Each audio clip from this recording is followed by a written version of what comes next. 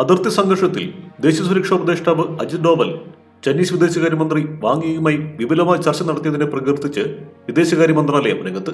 ന്യൂഡൽഹിയും ബീജിംഗും തമ്മിലുള്ള ബന്ധം പ്രോത്സാഹിപ്പിക്കുന്നതിന് നിയന്ത്രണ രേഖയിൽ സമാധാനം നിലനിർത്തേണ്ടതിന്റെ പ്രാധാന്യം ഡോവൽ ഊന്നിപ്പറഞ്ഞതായും മന്ത്രാലയം വ്യക്തമാക്കി.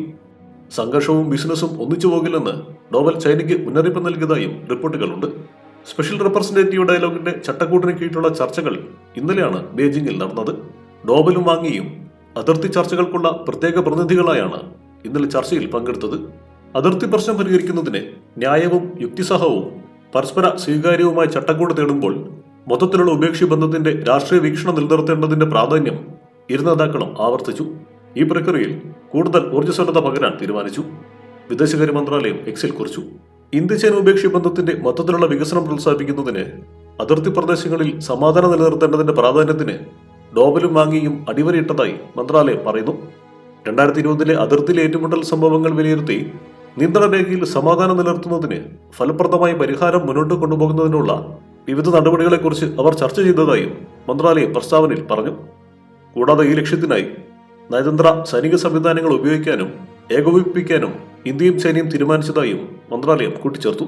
അതിർത്തി പ്രശ്നങ്ങൾ, ടിബറ്റ്, നദീതട സഹകരണം, നാദുല അതിർത്തി വ്യാപാരം, അതിർത്തി കടന്നുള്ള ടൂറിസം, കൈലാസ് മാനസരോവർ യാത്ര തുടങ്ങിയവയാണ് മുഖ്യമായി ചർച്ച ചെയ്തത്.